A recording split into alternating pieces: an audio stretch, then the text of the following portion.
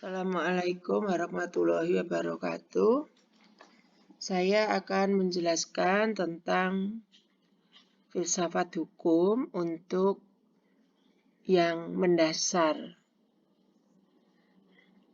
Jadi, filsafat hukum ini adalah mata kuliah yang harus dipahami oleh mahasiswa, dan mahasiswa harus tahu filsafat hukum itu posisinya di mana. Bila dilihat dari filsafat umum. Jadi, ada ilmu yang disebut filsafat umum. Bahkan prodi atau jurusan filsafat umum ini ada. Nah, filsafat umum itu memiliki cabang, ya, banyak ilmu, ya. Banyak cabang ilmu, termasuk juga ada filsafat ilmu, begitu. Kemudian filsafat-filsafat yang lain. Nah, saya tidak akan menguraikan ilmu-ilmu cabang filsafat umum, tapi akan langsung masuk. Ya. Langsung masuk bahwa salah satu cabang filsafat umum itu ada yang namanya filsafat moral atau filsafat etika.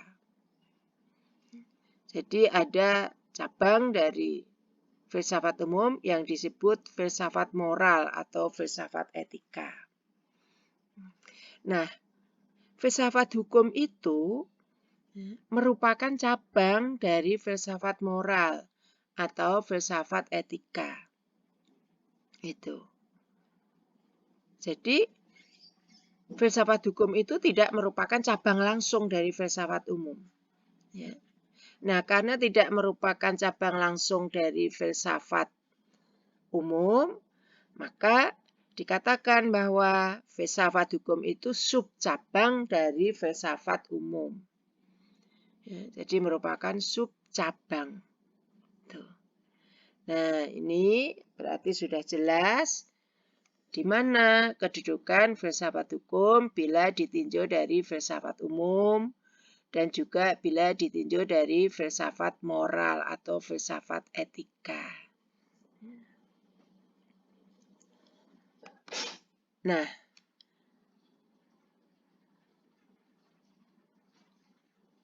di sini lebih jelasnya bisa dilihat bahwa filsafat hukum itu merupakan subcabang dari filsafat umum. Nah, mengapa dikatakan subcabang? Karena memang filsafat hukum itu tidak langsung merupakan cabang dari filsafat umum. Ya, tadi di dalam alurnya atau diagram itu bisa terlihat bahwa filsafat hukum itu tidak merupakan cabang langsung dari filsafat umum. Ya.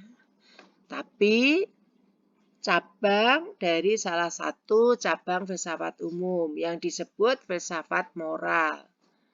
Ya. Filsafat moral ini juga disebut filsafat etika. Ya, makanya kadang-kadang orang tidak bermoral dikatakan orang tidak beretika. Bahwa kita semua harus tahu bahwa hukum berkaitan erat dengan norma dan perilaku manusia.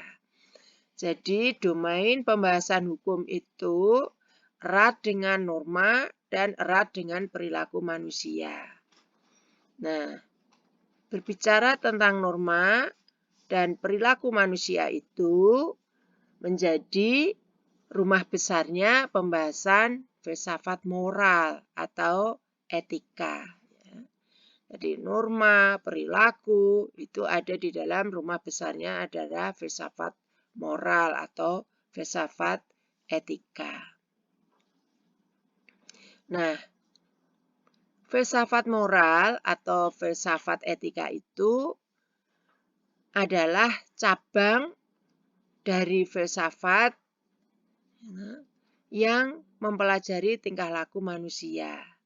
Ya, tadi di dalam bagan sederhana itu ya, kita tahu bahwa filsafat moral atau filsafat etika itu adalah cabang, ya, cabang langsung dari filsafat umum atau filsafat.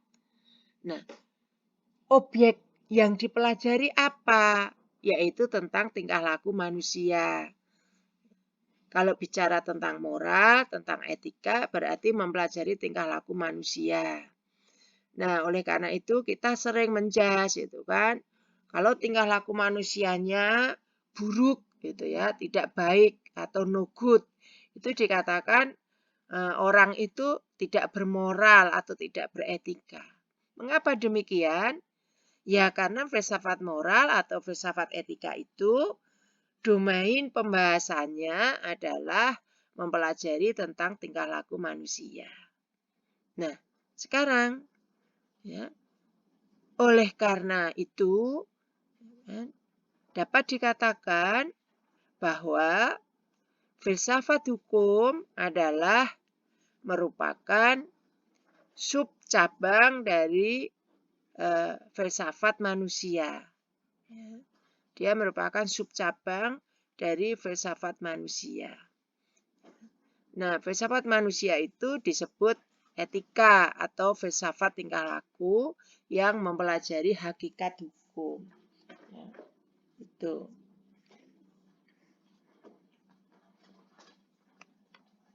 Nah, sekarang saya mau jelaskan tuh mengapa gitu ya.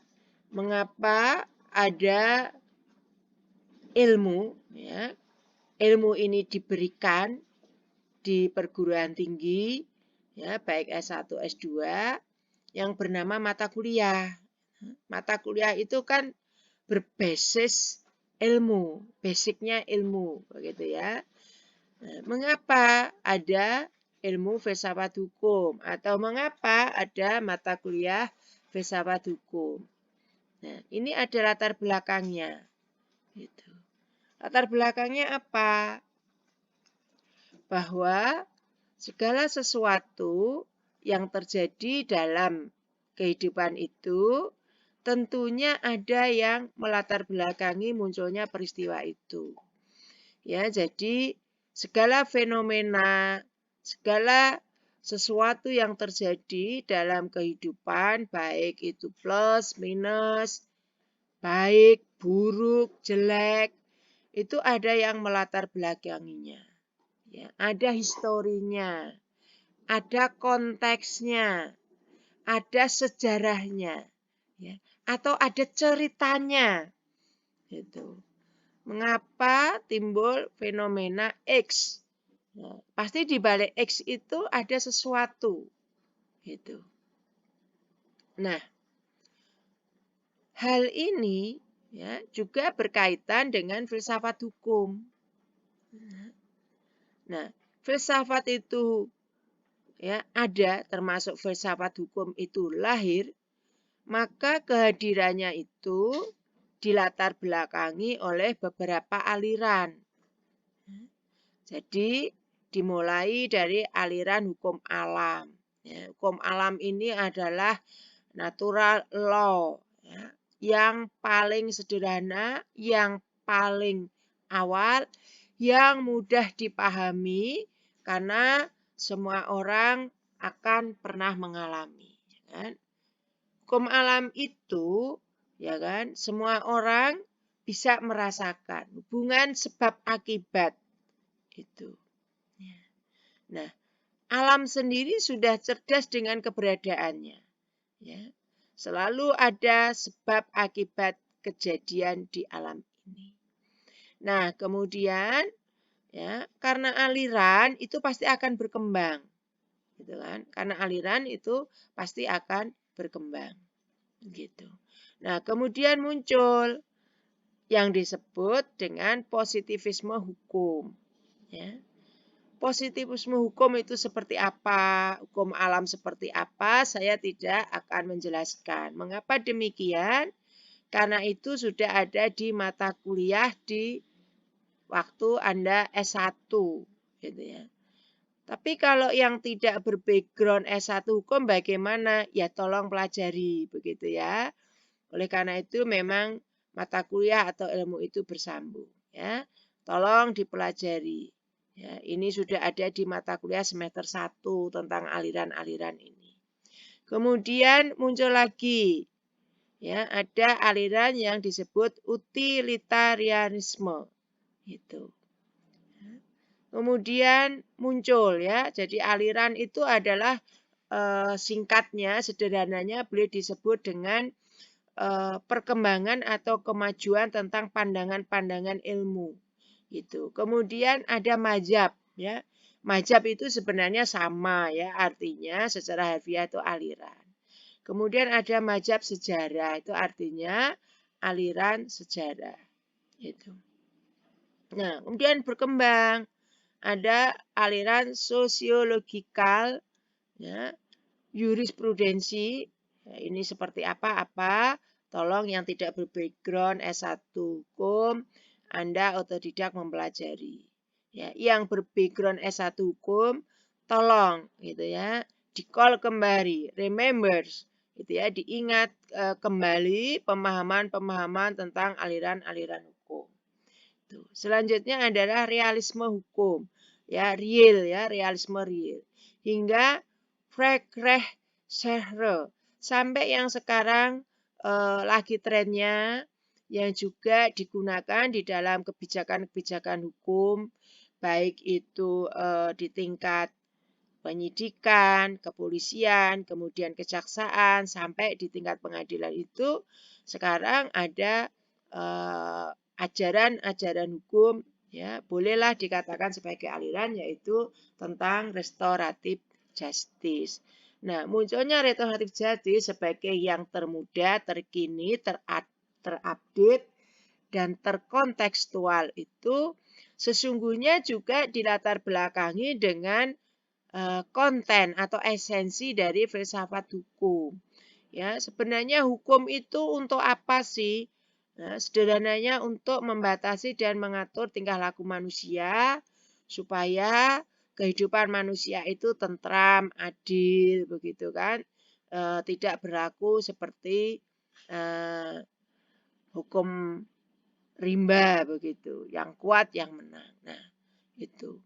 Nah, apakah hukum itu fungsinya untuk menghukum orang, ya, atau untuk menganiaya orang ketika orang bersalah? Nah, akhirnya muncul dalam perkembangannya tadi saya sebutkan restoratif justice.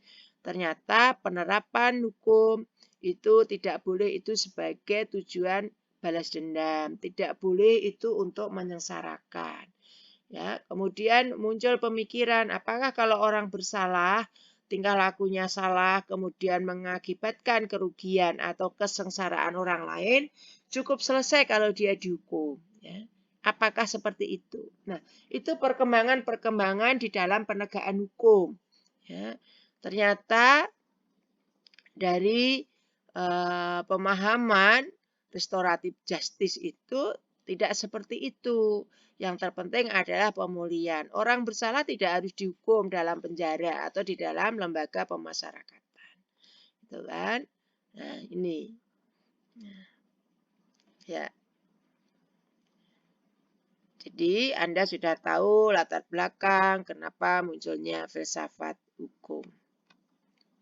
Nah, namun demikian tadi yang saya sampaikan, silakan Anda untuk mempelajari sendiri yang namanya ini ya, tadi aliran-aliran itu ya.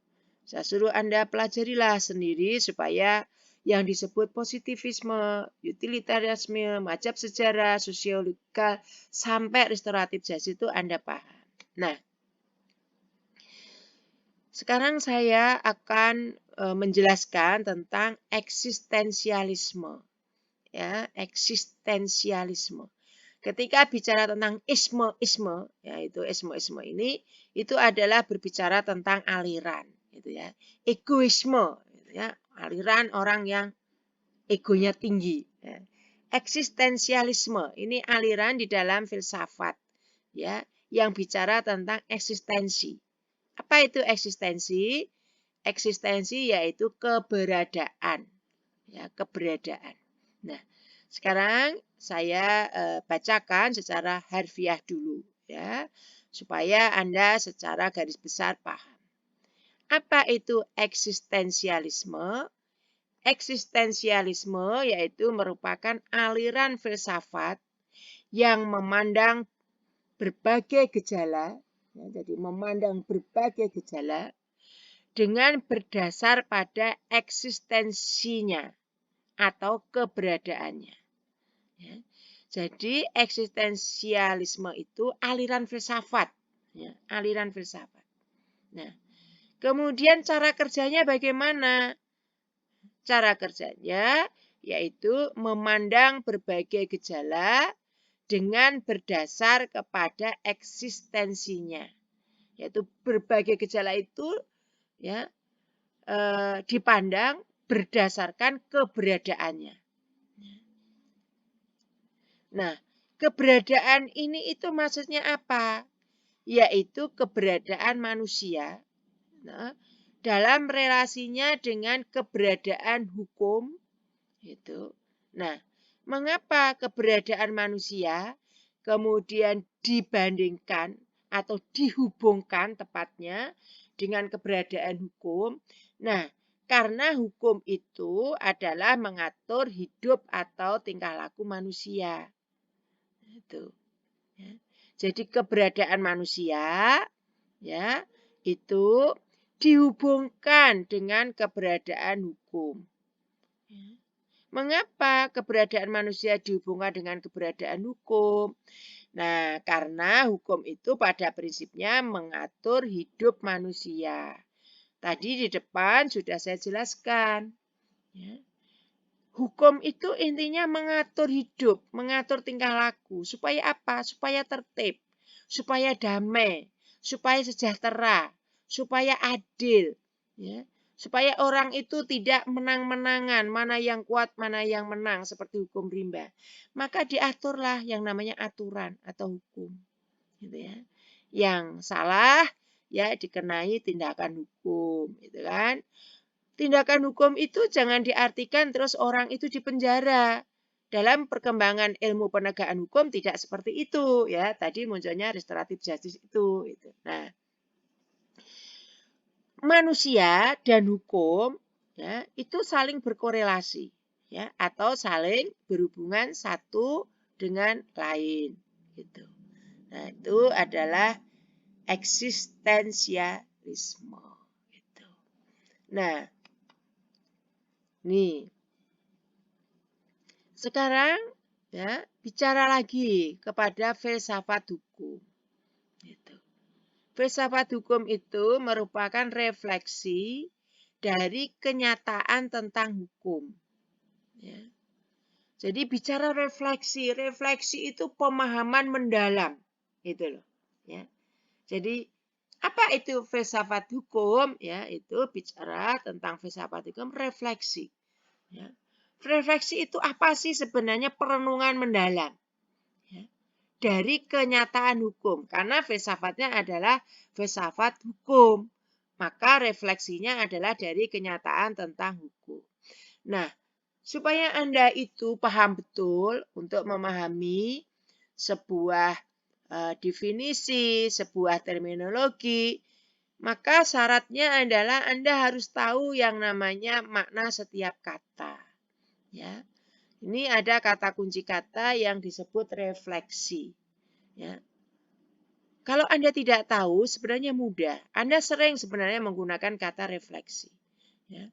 Ketika Anda misalnya memperoleh cobaan, ketika Anda misalnya tidak bisa mengerjakan ujian, itu, Anda merefleksi diri, kenapa ya, gitu ya. Ketika Anda memperoleh cobaan hidup, Anda merenung atau merefleksi. Kenapa ya cobaan hidup saya berat sekali? Oh mungkin ya ini teguran dari Tuhan. Ya, mungkin juga ini hukuman.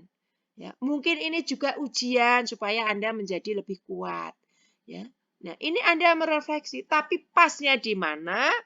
Ya, refleksinya harus lebih dalam. Nah, refleksi ini ya dalam sinonimnya bisa disebut kontemplasi ya, atau merenungi diri, mengevaluasi diri ya, seperti itu. Nah, filsafat hukum itu merupakan refleksi. Ya, refleksi itu juga bisa disebut sebagai kaca ya, itu kaca ya untuk melihat ya gitu dari kenyataan tentang hukum. Nah, sekarang dipertanyakan lagi kenyataan hukum ya itu oleh filsafat hukum itu sebagai realisasi dari ide hukum. Ya. Inilah Anda harus pahami ya, belajar filsafat hukum itu harus betul-betul Anda pahami kata demi kata ya. Sebenarnya kalau Anda itu senang untuk selalu bertanya, ilmu filsafat hukum ini jawabannya ya. Coba ya, saya ulangi. Filsafat hukum itu apa? Ya, ini dijawab. Merupakan refleksi dari kenyataan tentang hukum. Ya. Kemudian dipertanyakan, kenyataan tentang hukum itu apa? Ini dijawab.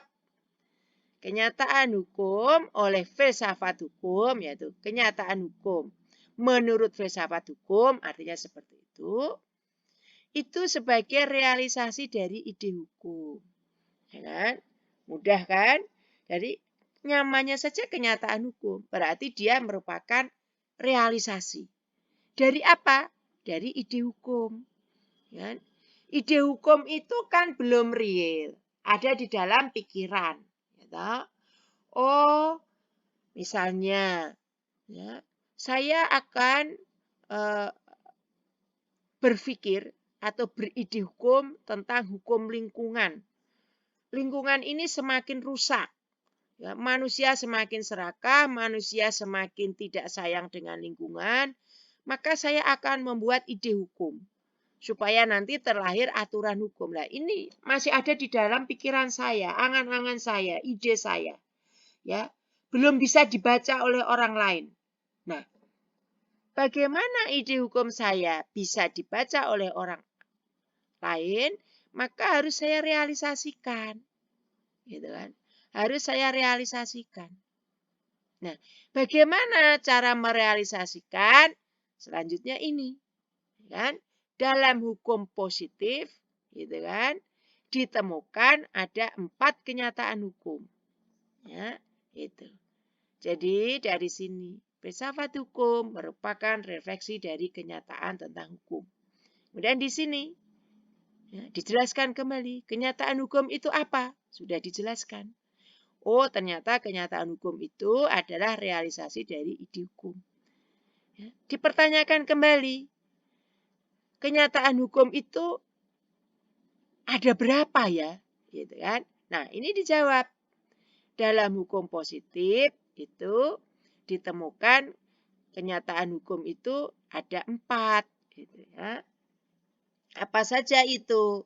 Yaitu aturan hukum. Ya, aturan hukum itu yang tertinggi dari Undang-Undang Dasar sampai yang terendah ya. Itu. Ya, lihat tentang hierarki gitu ya. Kemudian keputusan hukum. Keputusan hukum itu apa sih contohnya? Ya. Contohnya misalnya mulai dari keputusan badan atau pejabat tata usaha negara sampai kepada keputusan yang tidak masuk di dalam keputusan badan atau pejabat tata usaha negara. Yang intinya bahwa keputusan itu adalah mengatur, ya, mengatur tentang hal-hal yang boleh dan tidak boleh. Ya. Nah, yang disebut dengan kenyataan hukum ini ya, terutama aturan, keputusan, ini mengandung sanksi. Ya, mana yang boleh dan tidak boleh, mana yang dilanggar kena sanksi. Gitu. Nah, kemudian ya tentang figur hukum. Figur hukum. Figur hukum itu apa sih maksudnya? Ya, ini lebih menyoroti, lebih membahas kepada orang, lembaga atau pejabatnya. Yaitu ini figur hukum itu. Ya, kalau penegak hukum ya mulai dari polisi, jaksa, hakim, gitu, lembaga pemasyarakatan, kemudian di dalam undang-undang termasuk advokat, ya, itu. Ya. Ini adalah figur-figur hukum. Nah, kemudian lembaga hukum, ya. Biasanya lembaga hukum itu melekat kepada rumah dari figur hukumnya. Ya. Jadi kalau polisi maka lembaga hukumnya kepolisian, jaksa kejaksaan, kekuasaan kehakiman atau hakim itu ya, maka lembaganya adalah di lembaga pengadilan mulai negeri, tinggi sampai Mahkamah Agung, seperti itu maksudnya. Nah, filsafat hukum itu ya, itu adalah merupakan sistem ya. Jadi sistem, kalau sistem itu ada beberapa organik ya yang saling berhubungan, saling kait-mengkait. Jadi filsafat hukum itu merupakan suatu sistem yang di dalamnya semua tema dari hukum dipertautkan satu dengan yang lain ya. Jadi filsafat hukum itu merupakan sistem ya. Nah, sistemnya itu di dalamnya mengandung tema hukum. Kemudian dipertautkan ya, dipertautkan itu ya dihubungkan, dikorelasikan, bahkan dikomparasikan atau dibandingkan. Maksudnya seperti itu. Ya. Nah, selanjutnya adalah tentang pembahasan filsafat hukum. Ya. Filsafat hukum itu bila dilihat dari pembahasannya itu adalah meliputi dua soal dasar, yaitu kedudukan manusia dalam hukum dan norma-norma bagi penegak hukum. Ya. Jadi ada dua soal dasar. Manusia dalam hukum artinya relasinya dan norma. Jadi penegak hukum ini itu diatur oleh norma ketika dia menegakkan hukum. Ya. Oh, penegak hukumnya senang disuap. Maka nanti adalah penegakan hukumnya tidak akan mencapai dari tujuan filsafat hukum. Yaitu tujuannya apa? Memberikan keadilan, kedamaian, sejahtera. Itu. Maka penegak hukum, jaksa, hakim, polisi, ya, advokat itu ini diatur oleh norma. Normanya di mana? Ada di dalam undang-undang yang mengatur ya. Kalau kepolisian punya undang-undang pokok tentang kepolisian, kejaksaan, hakim punya, advokat punya, begitu kan? Nah, filsafat hukum itu ya cara kerjanya adalah mencari dasar kekuatan mengikat dari hukum. Ya. Jadi filsafat hukum itu mempelajari bagaimana sih dasar kekuatan mengikat dari hukum. Gitu kan. Apakah hukum ditaati karena hukum itu dibentuk oleh pejabat yang berwenang? Ya. Ini artinya hukum itu ditaati karena takut. Takutnya dengan siapa? Dengan pejabat yang membentuk hukum itu. Ya. Atau itu masyarakat itu mengakuinya. Gitu. Jadi kesadaran masyarakat. Karena hukum tersebut dinilai sebagai suatu hukum yang hidup dalam masyarakat itu. Seperti itu. Ya. Jadi filsafat hukum itu dasar kekuatan mengikat dari hukum itu ada dua. Taat hukum karena hukum itu dibuat oleh pejabat yang berwenang. Takut, ya kan? Nah, orang sekarang kan takut dengan pejabat yang berwenang. Ya. Kalau orangnya sudah tidak menjabat, tidak ditakuti, gitu kan? Nah, ini sama. Kalau Anda misalnya naik kendaraan bermotor, gitu kan? Anda tidak pakai helm, tiba-tiba ada polisi, maka Anda ada pada posisi ini takut, gitu ya? Karena apa? Ada pejabat penegak hukum, gitu kan?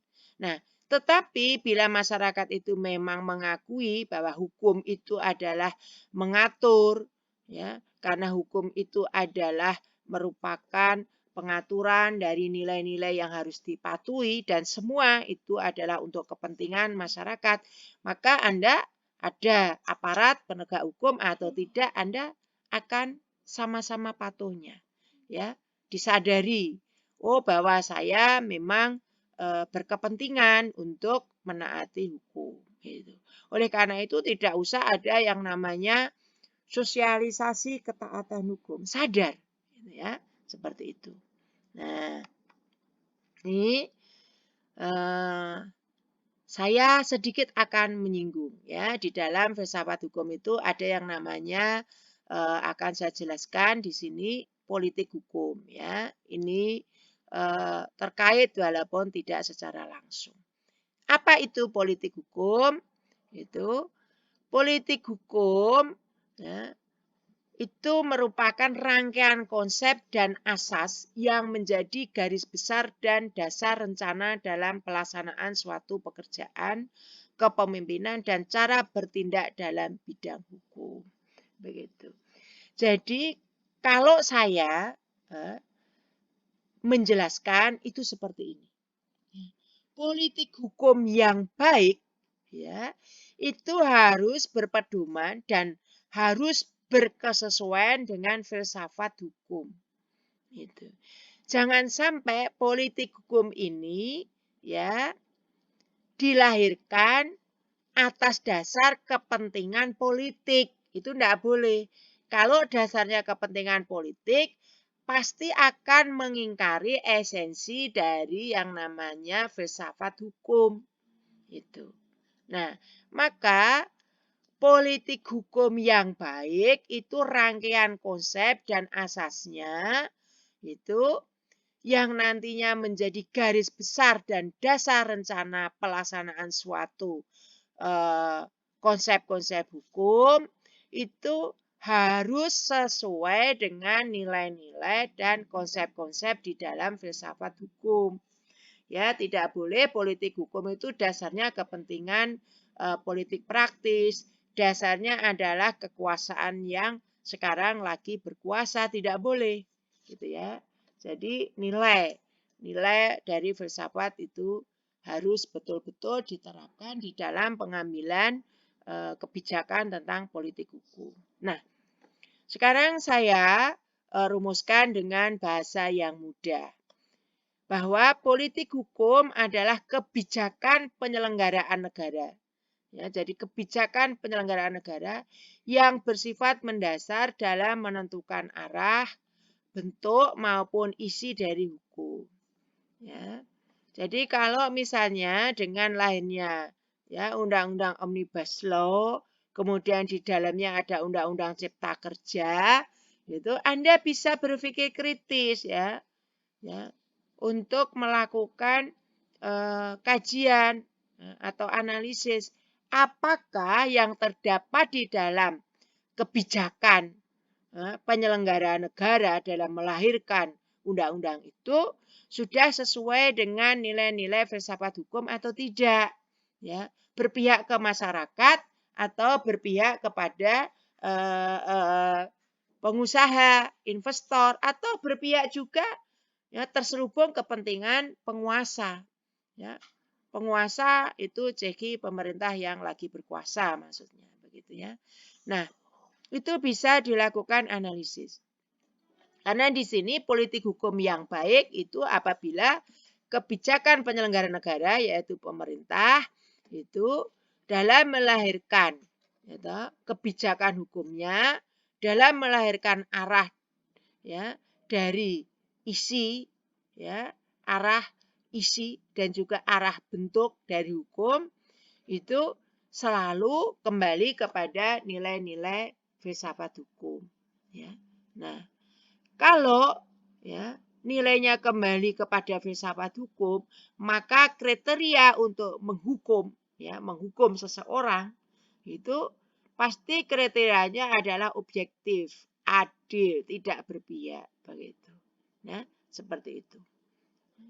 Jadi filsafat hukum ini saya kaitkan dengan politik hukum supaya Anda paham.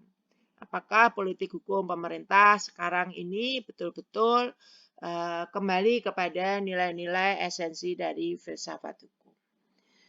Ini semoga Anda semua paham dengan penjelasan saya. Terima kasih. Wassalamualaikum warahmatullahi wabarakatuh.